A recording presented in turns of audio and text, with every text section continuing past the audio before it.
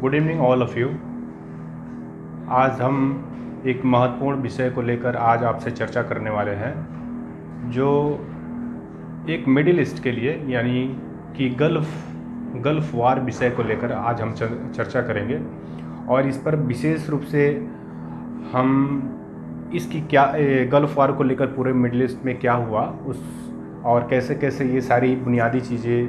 पूरे गल्फ़ वार की वजह से पूरे मिडिल ईस्ट कैसे प्रभावित होता है और इसका पूरे मिडिल ईस्ट पर कैसे प्रभाव पड़ता है, इस पर हम चर्चा करेंगे। अगर हम बात करते हैं मिडिल ईस्ट यानी कि मध्य पूर्व की, जिसे सबसे पहले हम अगर हम जाते हैं इसके इतिहास में, तो सबसे पहले इसके इतिहास में जाते हैं तो गल्फ़ वार को लेकर क्या ऐसी स्थिति रही जिसकी वजह से पूरा मिडिल ईस्ट तबाह हुआ। सबसे पहले अगर हम इसके इतिहास की बात करते हैं और इसकी जानकारी अगर हम थोड़ी सी पीछे जाकर अगर देखते हैं, तो सबसे पहले आप सभी लोग जानते हैं कि इराक और ईरान 1980 से लेकर 1988 तक दोनों के बीच में भीषण लड़ाइयाँ हुई और उन लड़ाइयों की वजह से पूरा मिडिल ईस्ट प्रभावित हुआ। उसके आसपास के जितने पड़ोसी मुल्क थे सभी ने इस युद्ध का बहुत ही विरोध किया। इसके बावजूद भी दोनों देश लड़ते रहे। सद्दाम हुसैन एक तनाशाह बादशाह था और उसे अपने सैनिकों पर काफ़ी विश्वास था। उसे ऐसा लगता था कि हम पूरे मिडिल ईस्ट पर हम डोमिनेट हो सकते हैं। लेकिन समय और धैर्य की एक ऐसी मार होती है जिसकी वजह से एक समय ऐसा भी आया, सद्दाम हुसैन की आर्थिक स्थिति इतनी ख़राब हो गई कि उसे दूसरे देशों से कर्ज लेना पड़ा। फिर उसके बाद देखते हैं कि वो 1980 और 1988 तक ये युद्ध चलता रहा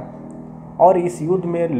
लाखों लोग मारे गए। ऐसा माना जाता है तकरीबन 20 लाख लोग मारे गए। इसके बावजूद भी ये युद्ध थमने का नाम नहीं ले रहा था। अंततः इस युद्ध में सद्दाम हुसैन और ईरान के लोग की बर्बादी तो हुई ही, इसके आसपास के पड़ोसी मुल्कों में काफ़ी इसका प्रभाव पड़ा। विशेष रूप से अगर देखें तो इस दोनों देशों के युद्ध में ईरान चाहता था मेरा वर्चस्व स्थापित हो, उस समय अयतुल्लाह खमैनी चाहता था मेरा वर्चस्व स्थापित हो, सद्दाम हुसैन चाहता था मेरा वर्चस्व स्थापित हो। इसके बावजूद भी दोनों देश एक दूसरे से लड़ते रहे। ऐसी स्थिति आई कि वे एक दूसरे आपस में ही लड़ते रहे और अंततः हुआ ये कि इसमें दूसरे देशों को दखल देना पड़ा। और दखल देने के बावजूद आप समझिए, दखल देने के बावजूद ये युद्ध तकरीबन 8 सालों तक चला, 1980 से 1988 तक। फिर उसके बाद होता है कि जब ये युद्ध 1988 में जब दोनों के बीच संधि हो जाती है और जब संधि हो जाती है, फिर उसके बाद फिर संधि होने के बाद कुवैत और सऊदी अरबिया से उस दौरान चूँकि युद्ध चल रहा था, तो उस समय इराक ने अपनी अर्थव्यवस्था को मजबूत करने के लिए और अपने आर्मी को सशक्त करने के लिए उन्होंने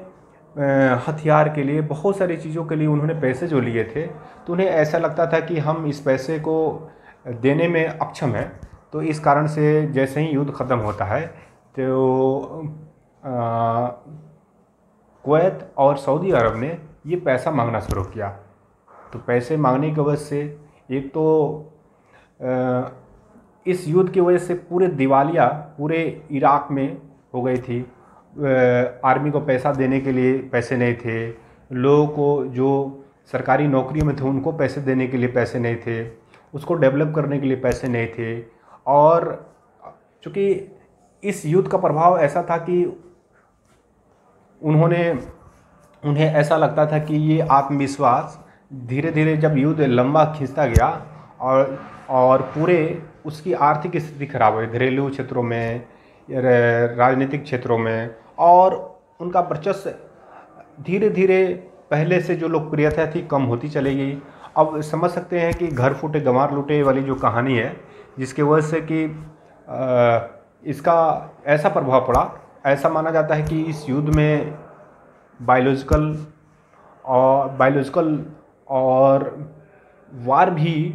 सद्दाम हुसैन ने किया, और इसका जो प्रभाव पड़ा काफ़ी लोग मारे गए। और जबकि इंटेलिजेंस बता रही थी कि इस युद्ध में बायोलॉजिकल वार हो रहा है, लेकिन इसके बावजूद भी कई लोग मानने से इनकार कर रहे थे। लेकिन इनकार करने के बावजूद भी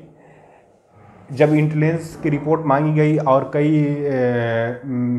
कई रिपोर्ट्स ऐसे आए जिसका मतलब यह अविश्वसनीय युद्ध था। और एक तरह से कहा जाता है ना कि कुछ ऐसे पत्रकार थे जिन्होंने वहाँ युद्ध के दौरान भी उन्होंने ईमानदारी से और एक ऐसी खोजी पत्रकारिता की, ऐसी एट्रीब्यूट्स ऑफ इन्वेस्टिगेशन किया जिसका प्रभाव पूरे जियो पॉलिटिक्स पर पड़ा। और उन्होंने जैसे कि आप देखते हैं कि जैसे ही वर्ल्ड वॉर सेकेंड के बाद पूरे दुनिया दो हिस्सों में बढ़ जाता है कि एक सुपर पावर, एक अमेरिका और एक यूएसएसआर। तो यूएसएसआर से पहले ये युद्ध होता है, जब उसका डिसइंटीग्रेशन से पहले। फिर उसके बाद आप देखते हैं कि जैसे कि मिखाइल गोर्बाचेव आते हैं तो उन्होंने पूरे फ्रीडम दे देते हैं रशिया में। हम चलते हैं फिर से इराक में, चूँकि हम इराक और गल्फ वार को लेकर ही बात कर रहे हैं। तो उन्होंने जब कुवैत ने और सऊदी अरब ने जब पैसा मांगना शुरू किया तो उन्होंने सद्दाम हुसैन चूँकि धीरे धीरे वो इतना उनके जो समय है और धैर्य है, एक तनाशाही रवैया उनके मन में ऐसा उत्पन्न हो चुका था कि पैसा मांगने के बजाय वो खुद दूसरों पर अपने वो आरोप मढ़ने लगे थे। आरोप लगा रहे थे कि आप जो है कुवैत पर आरोप लगा रहे थे कि आप जो है ओपेक के नाम से एक संस्था है जो तेल के नियमावली और तेल के तमाम वहाँ के क्रूड ऑयल की समस्याएं और उसकी नीति और नियमों का पालन करती है। तो उनका ऐसा आरोप था कि आप ओपेक का उल्लंघन कर रहे हैं और अंतर्राष्ट्रीय बाजार में क्रूड ऑयल का जो प्राइस है वो लगातार गिर रहा है और इसके दोषी आप हैं, और जिसके वजह से हमारी आर्थिक स्थिति खराब हो रही है और आप मुझे ही पैसा मांग रहे हैं। इसके बावजूद भी और एक तरफ ये चाह रहे थे कि कोई ऐसा व्यक्ति मिल जाए या कोई ऐसा माध्यम मिल जाए इससे हमारी जो आर्थिक स्थिति है थोड़ा सा मुझे रिलैक्सेशन मिल जाए, थोड़ा सा हमें रिलीफ मिल जाए। इसके लिए दूसरे के माध्यम से निगोशिएट भी करा रहे हैं, एक दूसरे से सुलह कराने की भी कोशिश कर रहे हैं कि ये पैसा जो हमने लिया है कुवैत से ये माफ़ कर दे। लेकिन कुवैत की आर्थिक स्थिति भी उतनी अच्छी नहीं थी। और एक तरफ हम देखते हैं कि जो सऊदी अरब है, सऊदी अरब में वहाँ का जो आर्थिक स्थिति है वो काफ़ी पहले से समृद्ध था। और ऐसा माना जाता है, विशेष रूप से अगर कुवैत की हम बात करते हैं तो वहाँ का जो क्रूड ऑयल था, तो जो कुवैत की जो राजधानी है वहाँ के आसपास इलाकों में जो क्रूड ऑयल था वो काफ़ी, ऐसा माना जाता है कि विश्व के क्रूड ऑयल का 5वां स्थान था और वहाँ काफ़ी उरीज था और ये निगाह जो है विशेष रूप से सद्दाम हुसैन की निगाह पड़ी और उसे ऐसा लग रहा था। और थोड़ा सा लालच में आकर सद्दाम हुसैन ने क्या किया, बिना सोचे समझे उन्होंने 2 लाख के ऊपर उन्होंने क्या किया, सैनिकों को विस्थापित करते, सैनिकों को भेज दिया। और उन्होंने जैसे ही भेजा तो पूरे कुवैत पर उन्होंने वहाँ अपना वर्चस्व स्थापित कम समय में 1-2 दिनों में उन्होंने कर लिया। और करने के बाद क्या हुआ कि वहाँ का जो किंग था वो वहाँ से भाग गए और दूसरे देशों में शरण लेते हैं। इसके आसपास में जैसे ही वो दूसरे देशों में भागते हैं तो सऊदी अरब जो है वो डरा हुआ था और उसे ऐसा लग रहा था कि चूँकि अगर कहीं ऐसा ना हो कि सद्दाम हुसैन हमारे देश पर हमला करे। और इसके वजह से उन्होंने सऊदी अरब ने क्या किया कि दूसरे देशों से, जैसे उस समय सुपर पावर यूएसएसआर था, क्योंकि एक तरह से इसका सबसे पहला थोड़ा सा हम वैचारिक रूप से देखें तो चूँकि ईरान और इराक, तो इराक जो है और ईरान विशेष रूप से इराक का जो समर्थक है, जब इराक और ईरान जब युद्ध कर रहे थे तो उस समय अमेरिका खुलेआम तो नहीं कर रहा था सपोर्ट, लेकिन जो है इराक का जो समर्थन है एक तरह से अप्रत्यक्ष रूप से एक छिपा हुआ था, लेकिन पूरी दुनिया के नज़र में नहीं था, लेकिन अमेरिका उसे सपोर्ट कर रहा था। चूँकि उस समय चूँकि ईरान में सत्ता परिवर्तन में अमेरिका का बहुत बड़ा हाथ है, तो जब ये सारी तमाम तरह की जो राजनीतिक प्रक्रियाएं और राजनीतिक जो प्रभाव है, चूँकि अमेरिका और जो यूएसएसआर की जो लड़ाई है, और विशेष रूप से अगर देखा जाए, चूँकि ये प्रथम युद्ध और द्वितीय विश्व युद्ध में तो सब साथ लड़े थे जर्मनी से, लेकिन जैसे ही उनकी आइडियोलॉजिकली रूप से अगर देखा जाए तो एक ये मार्क्सवादी विचारधारा के यानी वामपंथी विचारधारा के समर्थक थे, और एक तरह से और जो अमेरिका था वो पूंजीवादी व्यवस्था का समर्थक था। तो दोनों एक दूसरे के जो इनकी जो विचारधारा थी, इन्हें ऐसा लगता था कि पूंजी की स्वतंत्रता और लोगों का व्यक्तिगत स्वतंत्रता देने से यानी आज़ाद करने से किसी देश की अर्थव्यवस्था को समृद्ध किया जा सकता है। जबकि वहीं देखते हैं कि जबकि यूएसएसआर का मतलब ऐसा मानना था, उसकी ऐसी अवधारणा थी कि अगर हम समाजवाद और लोगों की अगर हम हित की बात करें तो सरकारी संस्थाओं के माध्यम से ही सारे लोगों का हित हो सकता था। लेकिन ऐसा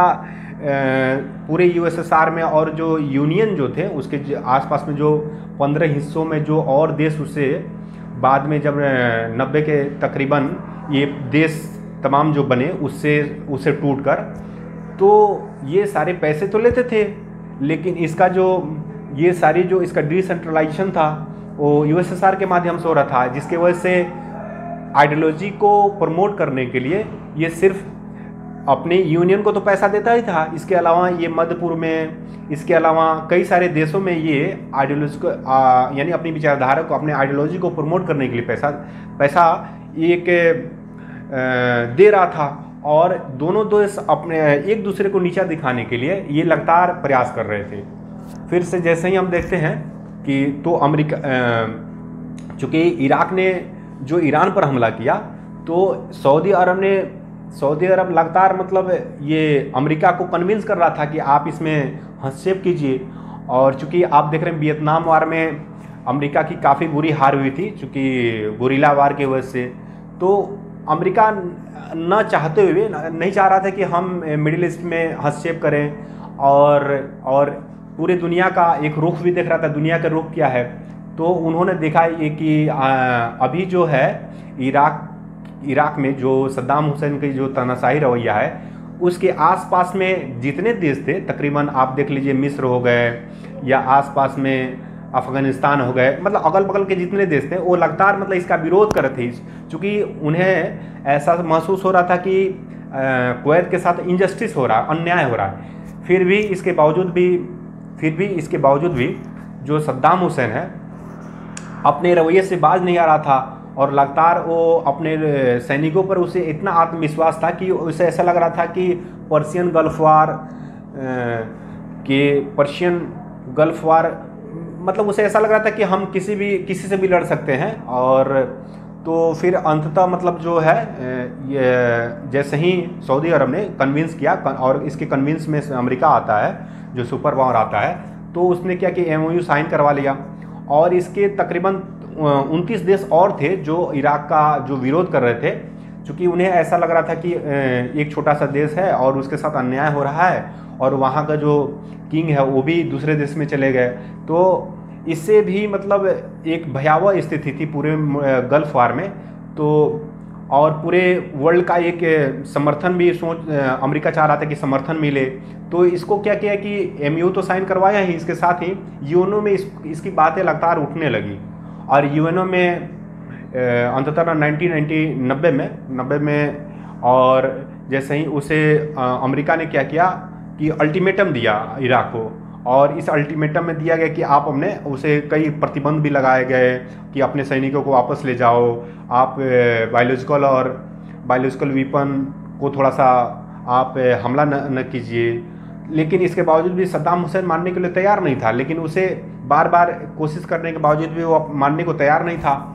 और अल्टीमेटम के जो फॉरेन मिनिस्टर हैं और इराक का जो फॉरेन मिनिस्टर है वो लगातार मतलब उनकी मीटिंग हुई घंटों, लगातार ऐसा माना जाता है कि 7-7 घंटा मीटिंग होती थी। इसके बावजूद भी जो इराक का जो फॉरेन मिनिस्टर है और जो वहाँ का राष्ट्रपति है, वहाँ के राष्ट्रपति, तमाम देशों के लोगों ने इसको लगातार समर्थन कर रहे थे कि ये युद्ध नहीं होना चाहिए, क्योंकि कहीं ना कहीं ये मानवता के विरुद्ध था और कहीं ना कहीं ये अन्याय के विरुद्ध था। तो अंततः हुआ ये कि जो अमेरिका ने सऊदी अरब में, चूँकि पनाह देने के लिए सऊदी तैयार था कि आप आइए हमारा समर्थन कीजिए और इस युद्ध को रोकिए, हस्तक्षेप करने की बार बार ये इंड्यूस कर रहा था, प्रेरित कर रहा था। और उसमें उस निगोशिएशन में अमेरिका ने समर्थन लगातार कर रहा था, लेकिन वो ये नहीं चाह रहा था कि वर्ल्ड के क्या मतलब रुख है और उससे आसपास के देशों को। तो तकरीबन उसने भी 2.5 लाख सैनिक अब भेजते हैं। और जो देश इराक के जो विरोध में थे उन्होंने भी अपने सैनिक, और इसके अलावा जो जेट प्लेन्स है, फाइटर्स प्लेन्स हैं, इन्होंने जैसे ही अल्टीमेटम जो 15 जनवरी 1991 में अल्टीमेटम दिया जाता है, तो अल्टीमेटम देने के बाद क्या है कि पूरे इराक में ये सारे फाइटर्स, ये जितने पूरे इराक के ऊपर हमला करते हैं और पूरे उसके communication system, army system, control system, हर जगह बम गिराते हैं। इससे पूरे, इसके अलावा किस इराक का जो पैलेस है उसको भी तबाह कर देते हैं। और इससे जो इराक का जो समर्थन लगातार वो गिरते जा रहा था और स्थिति ऐसी हो गई कि अंततः जो तनासा सद्दाम हुसैन है, जो यानी सद्दाम हुसैन को वापस लेना पड़ता है और अपने लगातार उसके सैनिक भी मारे जा रहे थे हर जगह से। और उसी बीच कोशिश इराक ने किया कि इजराइल पर हमला कर दिया। और अमेरिका ने जैसे ही यह हमला होता है तो सैनिक, जो 7 लाख जो सैनिक थे, चूँकि कोलिजन ऑफ आर्मी के नाम से ये संगठन जो अमेरिका ने बनाया था, चूँकि यूएनओ में पास हो गया था, चूँकि यूएनओ में पास होने के पश्चात ये हुआ कि इजराइल से ये आग्रह किया गया, आप इराक पर अभी थोड़ा सा धैर्य रखिए, आप हमला मत कीजिए, चूँकि इससे हो सकता है कहीं बट न जाए। चूँकि आइडियोलॉजिकली रूप से देखा, चूँकि ऐसा इस वैचारिक रूप से थोड़ा सा मतभेद था और ये चीज़ें संगठित रूप से रखने के लिए संपूर्ण रूप से अगर देखा जाए तो अमेरिका का काफ़ी मतलब इसमें भूमिका रही है और इसमें अंततः इराक की हार होती है। और धन्यवाद, मैं इसी विषय पर आज सोचा कि थोड़ा सा बोलूं। धन्यवाद, थैंक यू सो मच।